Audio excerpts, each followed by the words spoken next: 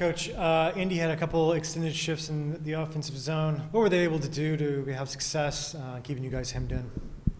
I think it was a combination of a few things. Their forecheck, really gave our D some problems. We weren't able to get clean exits out of our zone. And then, they were out over top our forwards, and again, they were just able to gobble us up in the neutral zone and then tilt the ice back on us. I think if you look at our body of work here over the season, we thought that was, our game of the year, even though the score didn't really reflect it. Obviously, Sinclair made some incredible saves, and he kind of kept us in it. He always gives us an opportunity to win a hockey game, but at the end of the day, we're not happy with that performance.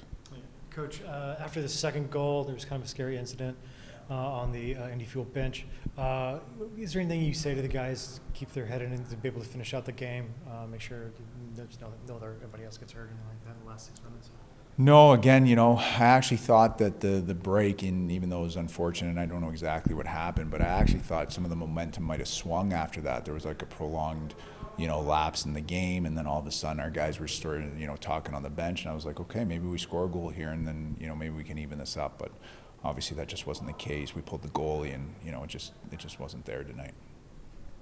Coach, after a game like that, you talked about previously short-term memory for these guys. I mean, how happy are you that you get a chance to rebound tomorrow night and try to put this one in the rearview mirror?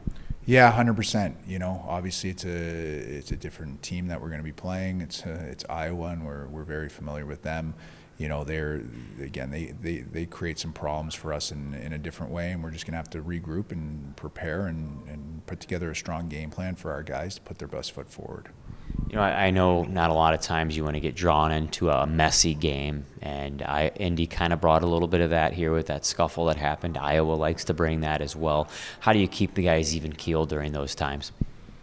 Yeah, I think it's one of those things, as we've talked about before, we've got a lot of first-year pros, and, they're working their way through that. Obviously, we'll bring Jackson Stewart back into the lineup tomorrow night, and he obviously adds a physicality that, obviously helps, mitigate some of that stuff.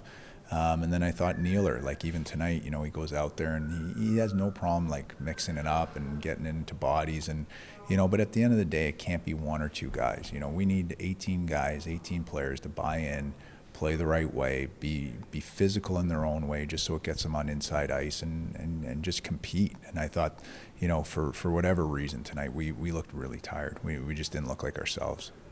How are you going to generate more scoring tomorrow? Is it just flat out get some rest, turn the page, and just chalk this one up as a loss? Well, what's the recipe here for tomorrow?